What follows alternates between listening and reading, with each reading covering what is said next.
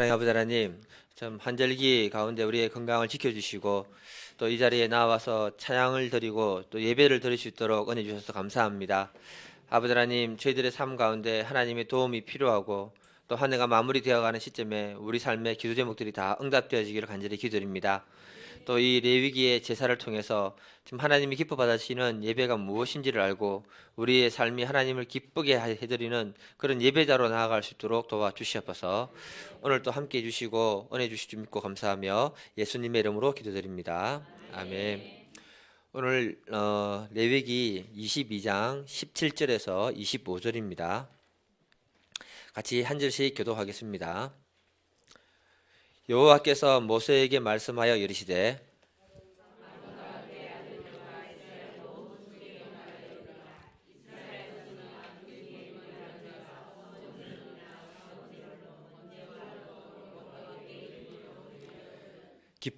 기쁘게 받으심이 되도록 소나 양이나 염소의 흠없는 수컷을 드릴지니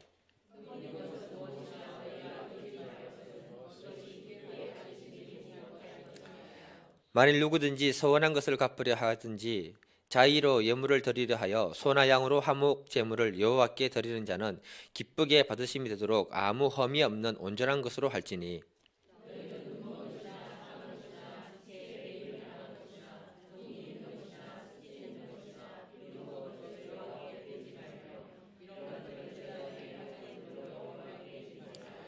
소나 양의 지체가 더하거나 덜하거나 한 것은 너희가 자원 제물로는 서려니와 소원 제물로 드리면 기쁘게 받으심이 되지 못하리라.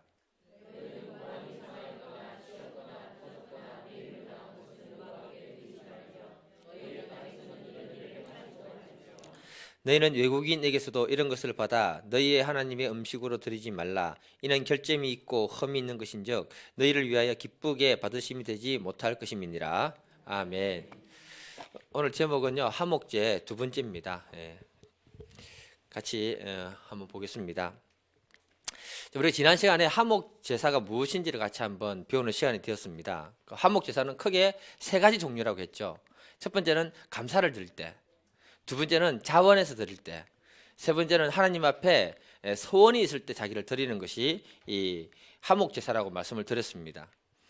사실 우리가 사람이 살아가면서요, 감사가 많은 사람들은 다른 사람하고 굉장히 화평합니다. 감사가 많다는 것은 불평이나 불만이나 원망 같은 것이 없다는 거죠. 그래서 가정에서 부부끼리 감사가 많으면 부부간의 사랑이 돈독할까요? 안 할까요? 말이 안 되네. 부모 자식 간에 사랑이 많으면 갈등이 많을까요? 적을까요? 감사가 많으면. 교회 안에 와서도 감사가 많으면 그 속에 사탄이 역사하지 않고요, 성도들끼리 굉장히 화목하게 지내게 됩니다. 그래서 또한 이 하나님께 자원해서 드리는 역사가 많으면 많을수록 교회에는 풍성해지고 은혜가 굉장히 많아집니다. 그리고 우리가 하나님 앞에 자신을 소원해서 드린 것들이 많으면 하나님이 그것을 기뻐 받으시면서 그 사람의 삶을 축복한다고 화목제물은 말하고 있는 겁니다. 이런 제사를 하나님은 너무 기뻐 받아서 그 제사를 나의 음식으로 삼겠다 하는 것이 바로 화목제사라고 말했습니다. 그래서 우리가 모두 힘을 써야 하는 것이 있다면 내 마음이나 내 가정이나 우리 교회와 직장에 감사를 많이 할 수 있도록 우리가 노력해야 됩니다. 그러다 보면 그것이 천국이 되고 그것이 화평한 곳이 되고 그곳에 하나님의 놀라운 믿음 역사가 일어나기 시작한다는 것입니다. 그런데 오늘은요, 하나님이 화목제물로 받는 부분 중에서 싫어하고 받기 싫은 것을 조목조목 얘기하는 부분들이 기록이 되어 있습니다. 그래서 오늘 이 말씀을 통해서 우리에게 주는 교훈을 같이 한번 살펴볼 수 있기를 간절히 기도드립니다. 첫 번째 제목 같이 한번 읽어볼게요. 첫 번째 제목 시작.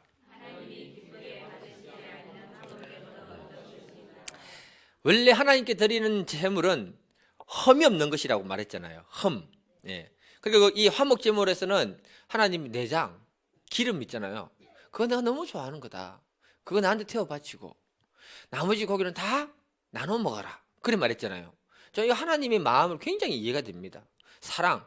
여러분, 기름은 우리에게 좋지 않는 거잖아요. 그거 내 다 주라. 그리고 나머지 좋은 건 너희들 나눠 먹고 화목하게 지내라. 이게 얼마나 하나님 아버지의 그 사랑인가. 굉장히 제 마음에 깊이 와닿았습니다. 그걸 하나님은 내 음식이다. 예. 그러면서 하나님은요, 반면에 하나님께 드리지 말아야 할 흠 있는 재물에 대해서 분명하게 말합니다. 그 재물을 얘기하기 전에 먼저 17절하고 18절 한번 읽어보겠습니다. 예. 17절 18절 시작. 여호와께서 모세에게 말씀하여 이르시되 아론과 그의 아들들과 이스라엘 온 족속에게 말하여 이르라. 이스라엘 자손이나 그 중에 거류하는 자가 서원 제물이나 자원 제물로 번제와 더불어 여호와께 예물을 드리려거든. 우리가 평소에 오늘 이 본문 말씀을 읽었으면 이게 무슨 제사인지 알았을까요? 몰랐을까요? 몰랐다고 해줘야 됩니다. 화목 제사라고 얘기를 안 하고 그냥 지나가는 거잖아요. 근데 우리는 공부를 했잖아요. 화목 제사는 감사할 때, 그 다음에 자원해서 드릴 때, 서원해서 드렸을 때. 그리고 본문 읽으니까 이게 화목 제사라는 것을 인식을 하고 우리는 읽게 되는 겁니다. 맞지요? 감사합니다. 예. 그러니까 이 제사를 말하면서 흠없는 제사를 드리도록 요구를 하고 있어요. 22절 보면 흠이 이런 겁니다. 같이 읽겠습니다. 22절 시작. 너희는 눈먼 것이나 상한 것이나 지체에 배임을 당한 것이나 종기가 있는 것이나 섭진이 있는 것이나 비루 먹은 것을 여호와께 드리지 말며 이런 것들은 제단 위에 화목제물로 여호와께 드리지 말라.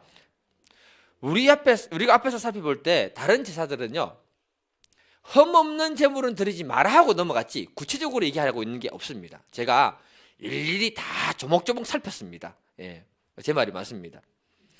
그런데 화목 제사를 드리는 데는 흠없는 제물을 드리지 말라고만 끝난 게 아니고 구체적으로 흠없는 제물이 무엇인지 조목조목 우리에게 설명을 해주고 있다는 거예요. 그리고 그 제물들은 화목 제사를 위해서 드려지면 안 된다 이렇게 얘기하고 있습니다. 왜 화목 제사에서만 이렇게 그 제물에 대해서 조목조목 거론했을까요? 제가 굉장히 고민을 많이 했습니다. 화목 제사의 특징이 뭡니까, 여러분? 하나님께 드리고 난 다음에 어떻게 한다? 사람이 서로 나누어 먹는다. 이게 특징입니다. 사람의 마음에는요, 하나님께 드리는 것을 늘 최고로 좋은 것을 드려야 한다는 그 마음에 그게 생각이 딱 들어있습니다. 그렇지요? 그런데 사람과의 관계에서는요, 보통 나눌 때 보면 나한테 좀 있으면 나누는 거예요. 보통 마음이. 그게 지배적입니다. 그래서 똑같이 하나님께 드려지는 제사지만 화목제물은 이웃과 나눈다는 그 개념이 그 안에 들어가 있잖아요. 그래서 자칫 잘못하면 그것을 고려해서 흠 있는 제물을 하나님께 드리기가 쉽다는 거예요. 이해가 되십니까? 네. 그래서 화목제사는 흠 있는 제물을 아주 구체적으로 거론을 해버립니다. 그거는 절대 안 된다. 사람은 이렇게 구체적으로 거론해 주지 않으면요, 자기가 적당히 생각한 것에서 하나님께 드려지는 그런 존재라는 거예요. 마태복음 22장 37절에서 39절 한번 읽어보겠습니다. 오늘 읽는 것이 몇 분 안 되지만 좀 깁니다. 예. 같이 읽겠습니다. 시작. 예수께서 이르시되 내 마음을 다하고 목숨을 다하고 뜻을 다하여 주 너희 하나님을 사랑하라 하셨으니 이것이 크고 첫째 때는 계명이요 둘째도 그와 같이 내 이웃을 내 자신과 같이 사랑하라. 예수님이 뭐라고 했냐면 하나님 사랑과 이웃 사랑을 동등한 개념으로 요구하고 있습니다. 이해가 되시죠? 하나님을 사랑하는 그 마음으로 이웃을 동등하게 사랑해서 대우해 주라. 그래서 화목제사는요, 하나님과의 화목을 위해 드려지는 것이나 사람과의 화목을 위해 드려지는 것은 동등한 것으로 드려져서 나누어 먹고 은혜를 나누도록 요구하고 있다는 거예요. 우리는 이 사람의 문제를 다루다 보면요, 자칫 잘못하면 사람이기 때문에 사람에 대해서는 과소평가하거나 굉장히 소홀해지는 경우가 많습니다. 그런 부분을 하나님은 미리 제사 제도를 통해서 엄격하게 다루고 있는 거예요. 오늘날은 우리가 로마서 12장 1절에 보면 우리 자신을 하나님의 거룩한 산 제물로 드린다고 말씀하고 있죠. 그 관점에서 흠 있는 제물이 무엇인지를 같이 한번 생각해 보겠습니다. 22절 우리 읽었던 거 보면요, 눈먼 짐승은 바치지 말라고 했습니다. 성경적으로 볼 때 눈이 멀었다는 것은 세상 일에는 밝으면서 어디는 밝다고요? 머리가 팽팽팽 돌아갑니다. 그런데 영적인 것에 대해서는 굉장히 무관심하고 어두운 사람들이 있습니다. 그 부분을 얘기하는 겁니다. 예수님이 사역할 당시에 보면 그 당시 바리새인들과 서기관들을 향해서 뭐라고 했느냐면 마태복음 23장 25, 26절을 보면 그들에게 이렇게 얘기합니다.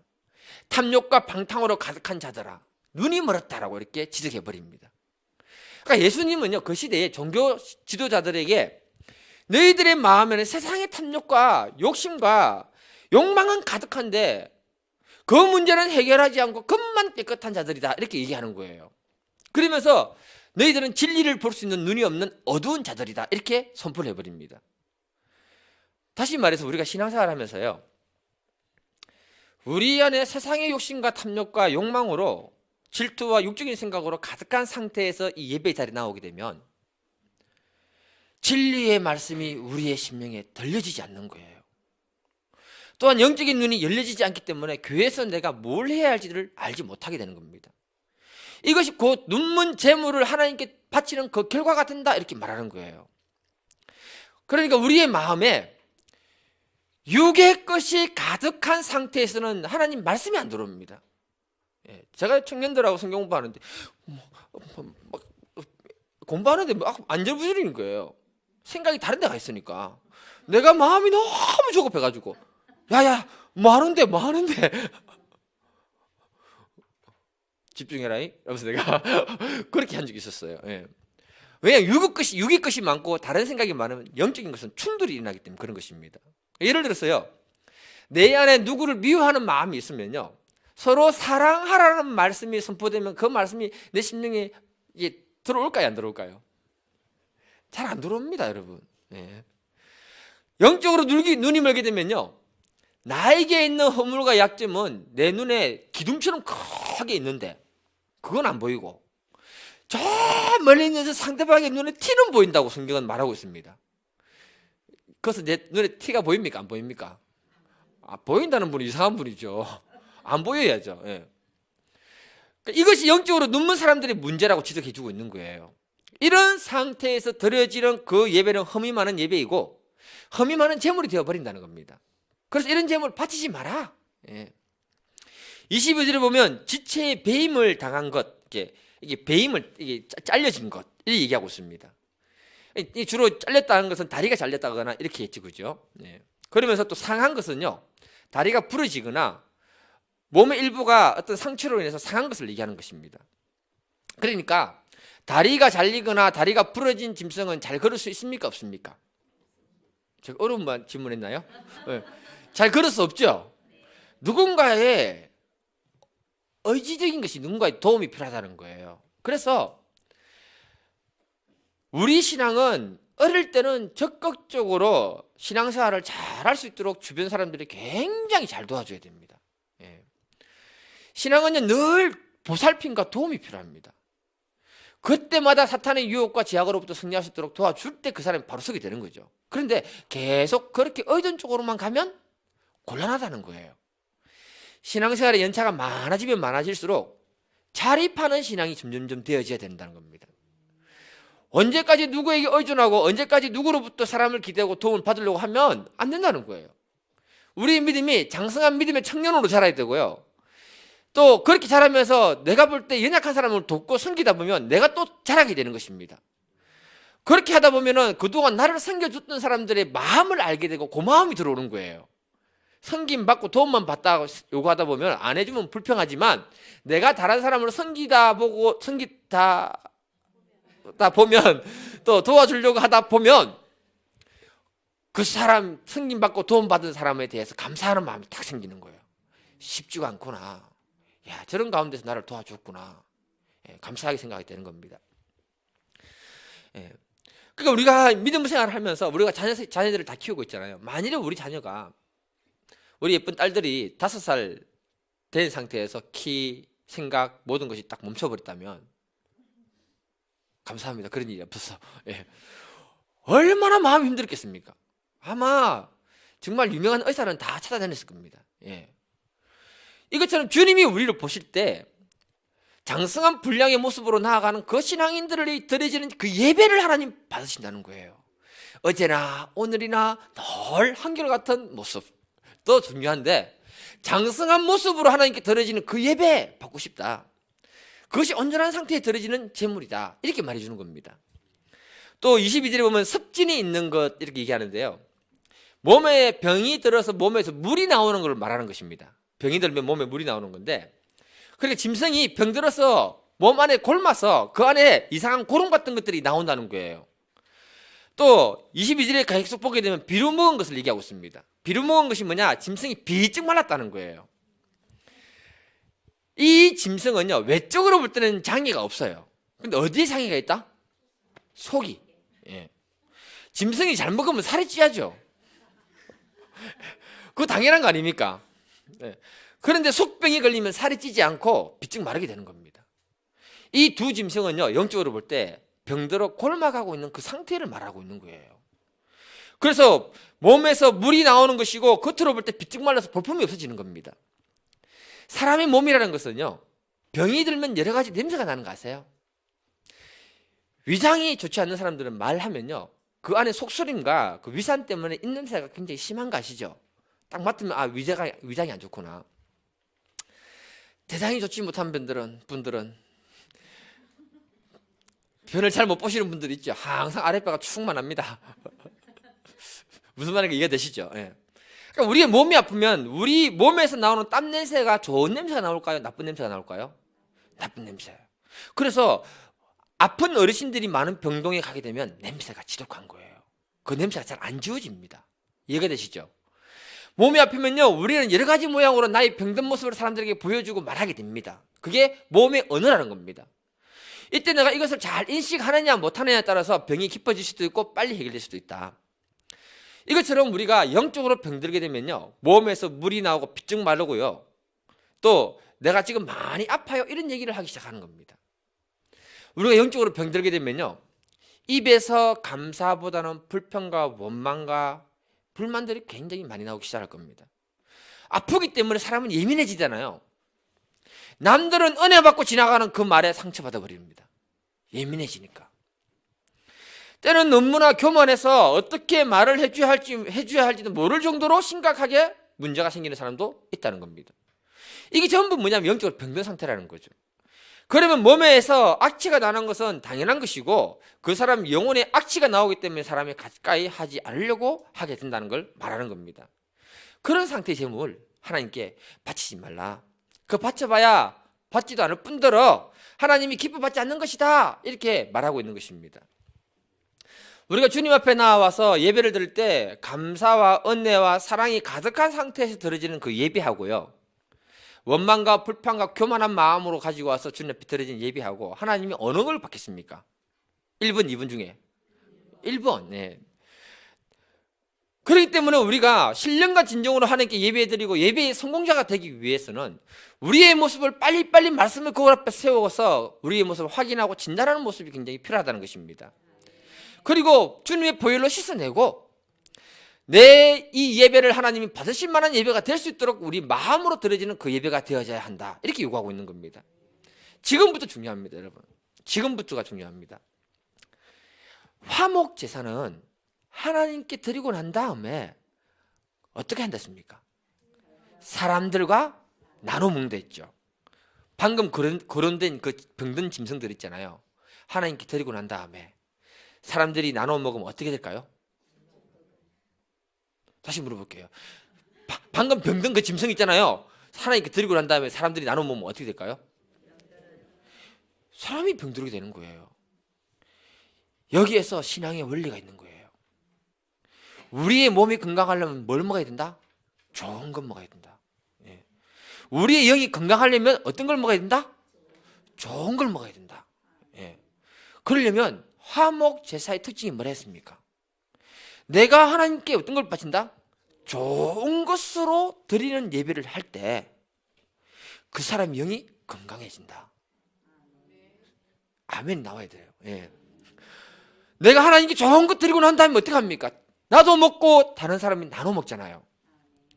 다시 말해서 내 마음에 부정적인 것을 다 제거하고 하나님에 대한 감사와 은혜와 축복을 갈망하는 그 아름다운 마음으로 예배를 드리게 되면 하나님께 좋은 걸 올려드렸잖아요. 그것이 다시 나에게로 오고 이웃에게 흘러가는 것이 화목제사다. 네.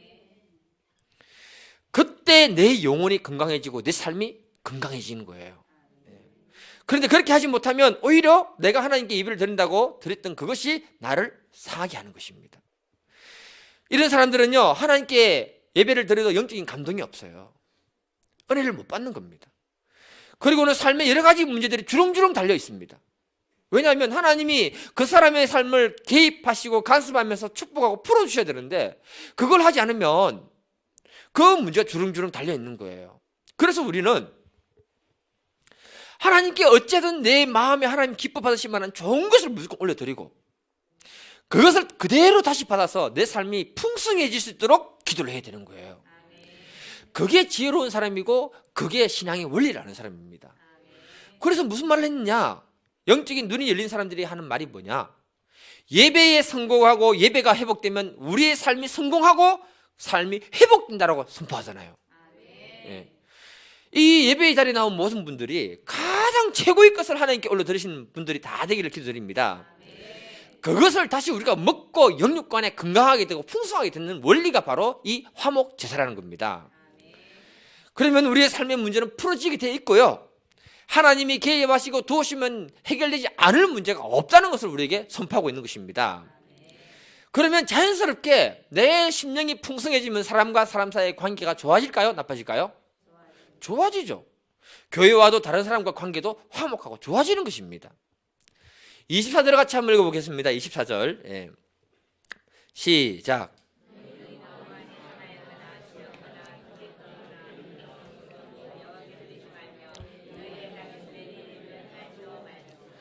흠 있는 짐승 중에 짐승의 고환이 상한 것, 고환이 어떤 사고로 터진 것이나 온전치 못한 짐승은 제물로 합당하지 않으니까 바치지 마라. 참 희한한 얘기를 해놨습니다. 예. 자, 이렇게 한 이유가 있습니다. 먼저는 이방인들의 문화생활 방식 중에서 고기 맛을 좋게 하기 위해서 짐승의 그 시기를 거시하는 게 있습니다. 지금도 돼지고기 있잖아요. 고기 맛을 좋게 하기 위해서 새끼 때, 어릴 때 거세를 해버립니다. 그러면요, 고기 맛이 부들부들하고 야들야들하고 맛있다고 합니다.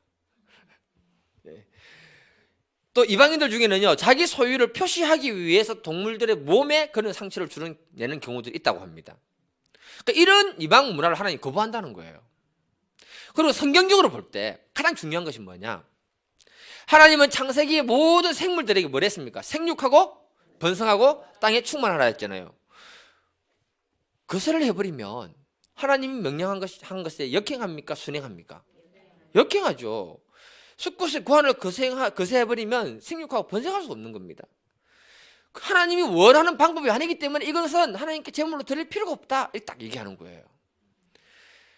오늘 이 말씀대로 보면요, 이게 녹화돼서 나가는 부분이기 때문에 함부로 말씀을 못 드리겠지만 조심스럽게 얘기하면 이런 사람은 하나님께 예배드리는 자리에 나올 수 없다, 이 말이 있습니다. 되는 겁니다. 남자가 거세하고 여자가 됐을 때 아기를 가질 수 있습니까? 없습니까? 된다면 곤란합니다. 좀 더 확대 해석하면요, 동성애자들도 하나님을 예배하는 자리에 나올 수 있겠습니까? 없겠습니까? 동성애하는 사람이 생육하고 번성할 수 있습니까? 없습니까? 없잖아요. 예. 녹화되기 때문에. 그래도 성경 말씀이기 때문에 선포를 합니다. 왜냐하면 동성애하면 생육하고 번성할 수 없으니까 하나님의 창조 법칙과 반대되기 때문에 이런 사람은 예배의 자리에 나올 수 없다. 예. 25절 읽어보겠습니다. 25절. 예. 시작. 너희는 외국인에게서도 이런 것을 받아 너희의 하나님의 음식으로 드리지 말라. 이는 결점 있고 흠이 있는 것인즉 너희를 위하여 기쁘시게 받으심이 되지 못할 것입니다. 하나님은 이방인 나그네에게도 온전치 못한 음식 주지 마라. 이 말은 하나님은 모든 사람은 다 존중이 되어야 되고 모든 사람은 다 화목하게 지낼 필요가 있다는 것을 말해주는 거예요. 우리가 그동안 무수한 예배를 드리는 사람들인데 지금까지 내가 어떤 예배를 드렸는지를 한번 생각해보고 흠이 없는 예배를 주님께 올려드림으로 주님으로부터 아름답고 축복된 삶을 살 수 있기를 간절히 기도드립니다. 두 번째 소제목 같이 한번 읽어보겠습니다. 예. 두 번째 소제목 시작.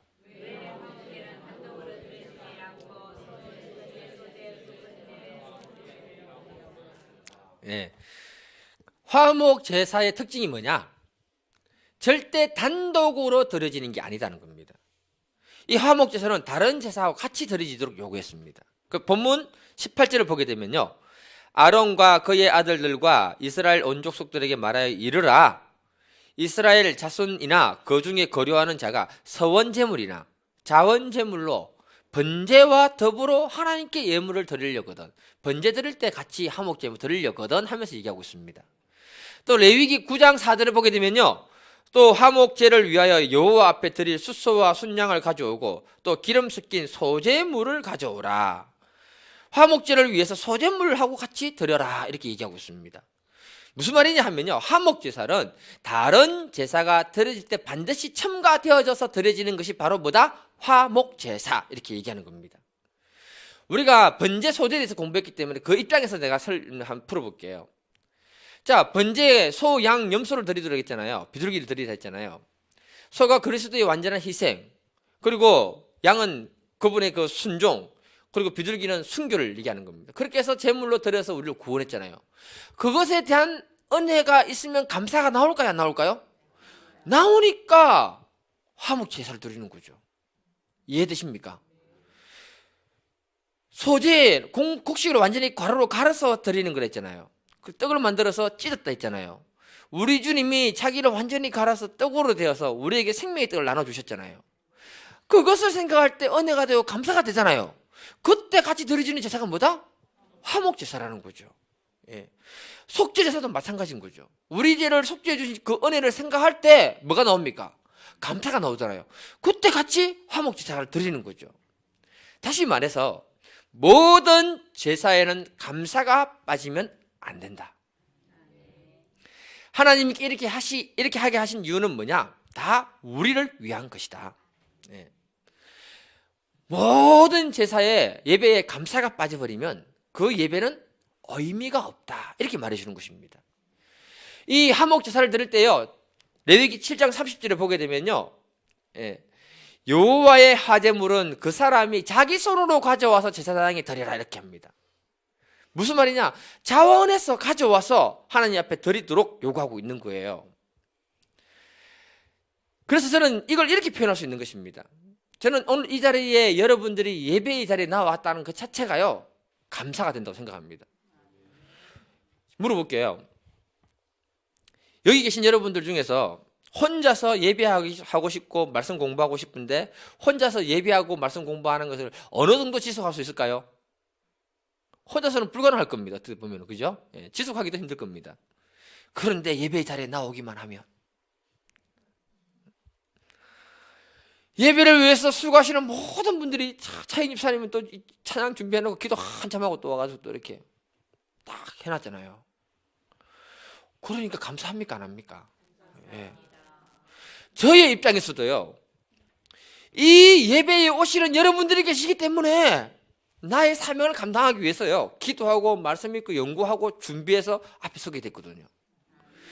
그러니 저도 여러분들 덕분에 영적으로 투쟁을 할 수 있게 되고요, 기도하게 되고요, 또 자기 관리를 열심히 하게 되고요, 그리고 기도하면서 이렇게 나올 수 있으니까 저는 여러분 때문에 감사한 거예요. 예. 그러니 이 예배 환경 속에 들어온 모든 사람들은 다 뭐가 있어야 된다? 감사가 있어야 된다. 이 사실을 안다면 우리가 예배 자리로 나오도록 해주신 그 하나님께 감사를 드릴 수 있는 거예요. 예. 어떤 부흥 강사가 이런 말을 하더라고요. 식당 가서 밥 먹고 밥값 안 내는 사람 있느냐? 밥 먹고 밥값 안 내면 어떡합니까? 장청아님. 이렇게 합니까? 예. 그분이 뭐라고 하느냐? 그것처럼 영적인 양식을 먹은 사람들이 하나님께 감사함으로 밥값 대신 감사의 제단을 쌓는 건 당연한 거 아니냐? 내 말이 아니고 어떤 부흥 강사 얘기였습니다. 예. 그 감사로 드려야 되는 그 화목 제사에 합당한 그 제물을 각 사람들이 들고 하나님께 나오도록 요구했다는 거예요. 전적으로 자원하는 마음입니다. 무엇이든지 자원해서 할 때 기쁨이 있고 감사가 몇 배로 넘치게 되는 것이거든요. 하나님은 그걸 기뻐 받으신다. 우리가요, 정말 감사해야 되는 게 뭐냐면요, 구약시대는 모든 제사를 마치고 난 다음에 화목 제사로 가져온 그 제물을 제사장에게 일부는 떼어서 줬습니다, 여러분. 예. 자, 그거 레위기 7장 14절 한번 읽어볼게요. 예. 시작. 그 전제의 예물 중에 하나씩 여호와께 거제로 드리고 그것을 화목제의 피를 뿌린 제사장에게로도 돌릴지니라.